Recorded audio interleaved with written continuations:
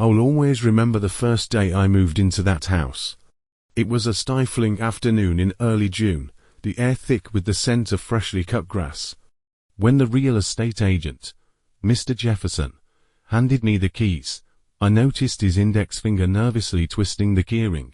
"This place has been vacant for nearly a year," he said, his eyes fixed somewhere over my shoulder. "It's priced 40% below market value because, well, it needs some maintenance." The cold metal of the keys sent a shiver down my spine as I took them. Mr. Jefferson quickly withdrew his hand, as if afraid our fingers might accidentally touch.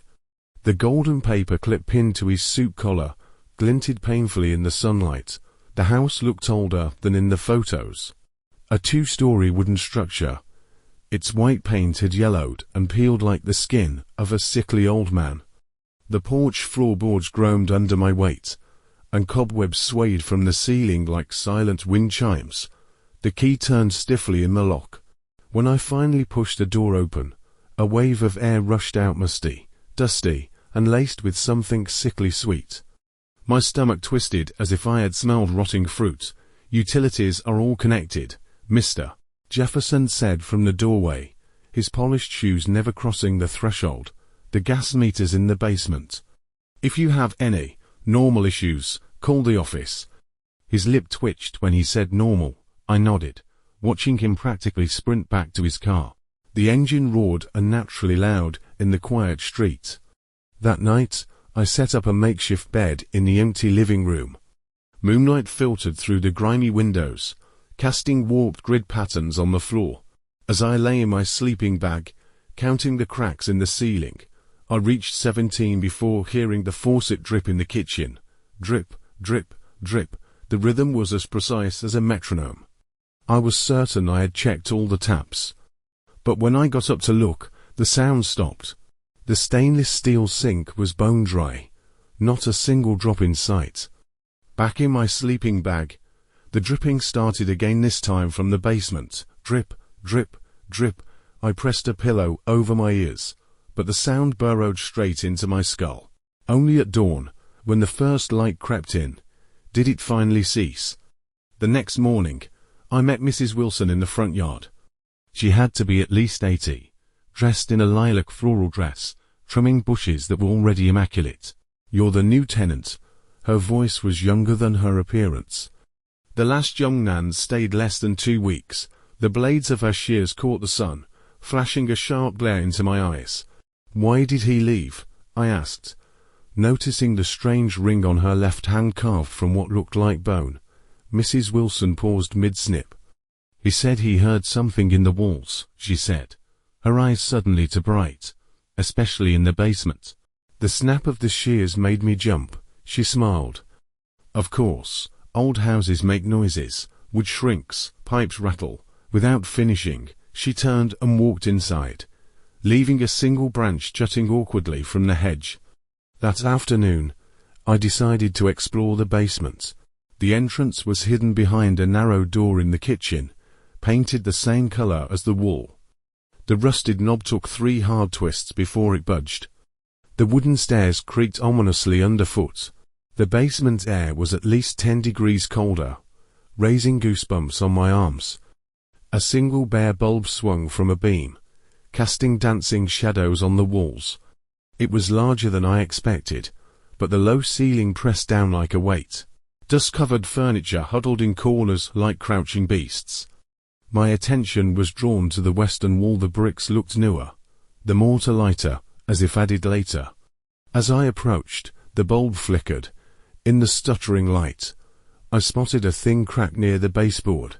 When I crouched to inspect it, a cold draft seeped through, carrying a metallic tang. My fingers brushed the crack, and from behind the wall came 3 sharp knocks. Thud, thud, thud. I jerked back, slamming into an old crate. The bulb steadied, as if nothing had happened. But when I looked again, the crack had widened, now wide enough to fit a finger. Logic told me to leave, but something compelled me to keep digging. I grabbed a screwdriver from a toolbox and pried at the loose bricks.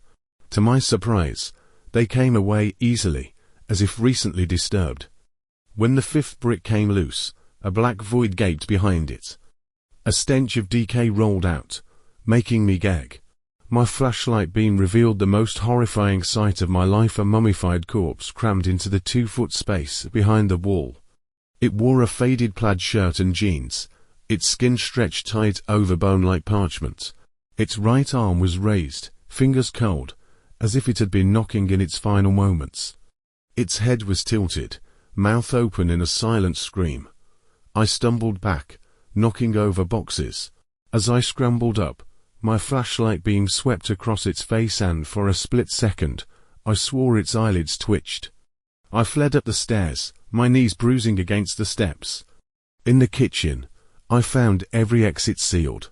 Doors, windows all stuck fast, as if welded shut. My phone showed no signal, the Wi-Fi had vanished.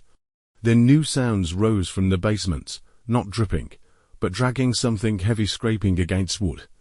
The noise climbed the stairs, each creak making my heart pound harder. When the corpse appeared at the end of the hallway, my brain refused to process it. It moved, wrong joints cracking like dry twigs, yet it scuttled toward me with terrifying speed. Its head still lolled, but its empty eye sockets locked onto mine. I bolted upstairs, my heart hammering. The mirror on the landing reflected my pale face, and behind me, the twisted figure gaining ground. I barricaded myself in the bedroom, nails screeching against the door, searching for a weapon. I noticed the closet door trembling. When I yanked it open, instead of shelves, there was a narrow passage leading to a room I'd never seen. Without questioning the impossible space, I crawled in. The tunnel was claustrophobic, my shoulders scraping the walls. Behind me, the bedroom door burst open.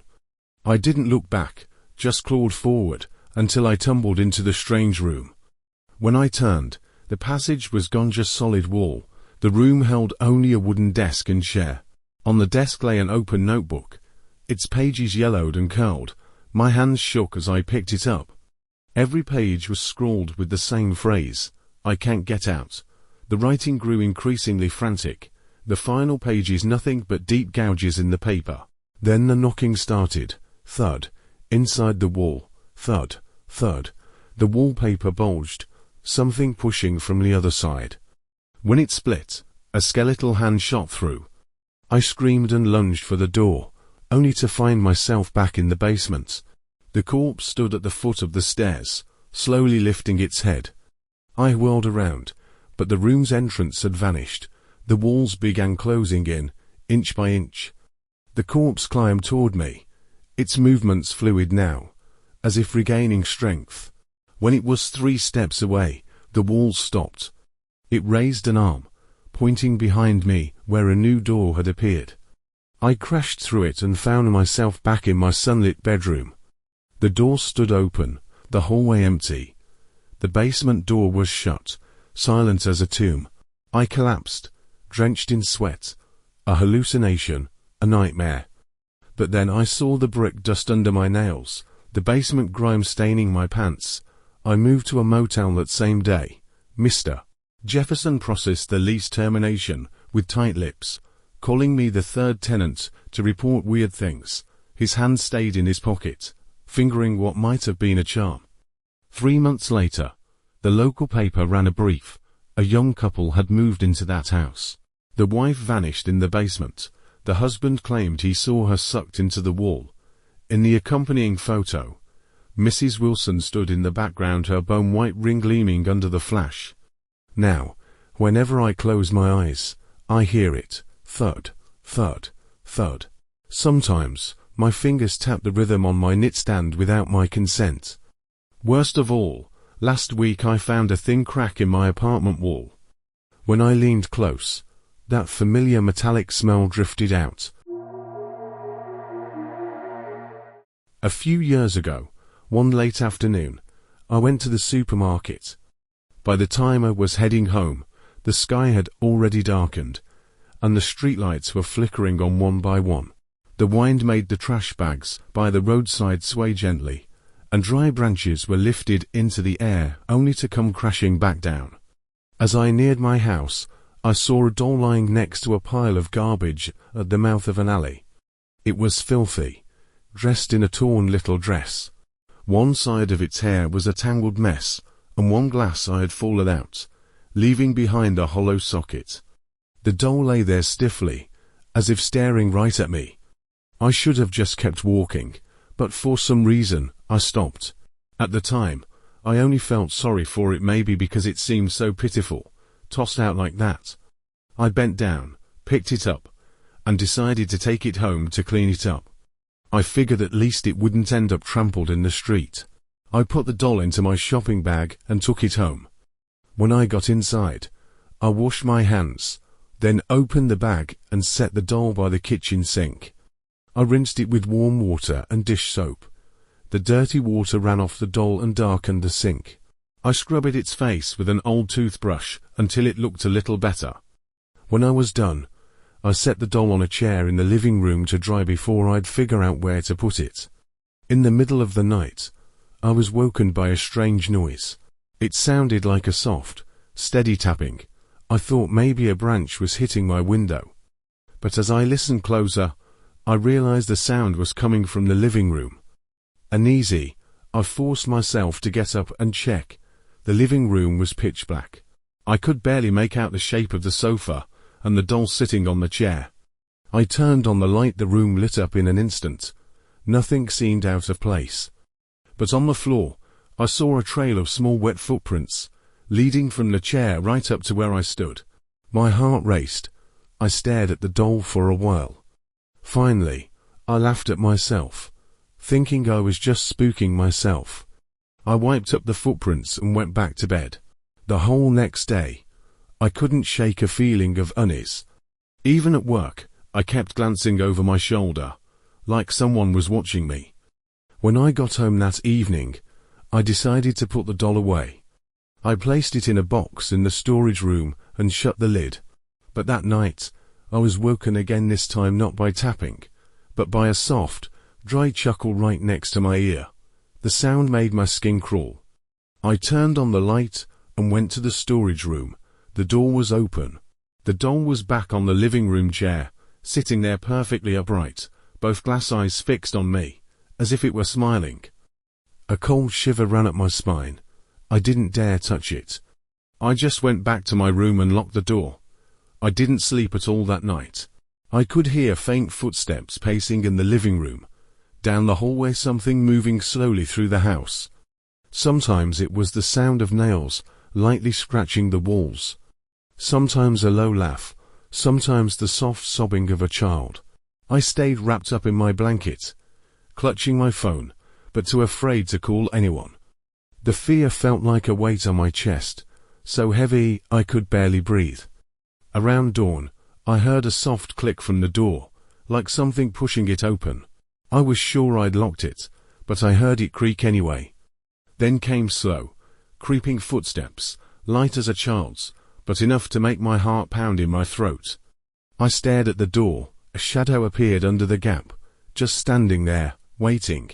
As soon as the sun came up, I grabbed the doll and left the house. I took it far from home, to a distant dump, and threw it deep into the trash pile. On the way back, I felt lighter, as if a weight had been lifted. Nothing's happened since. Sometimes I wonder if I imagine those nights. Maybe I was just dreaming.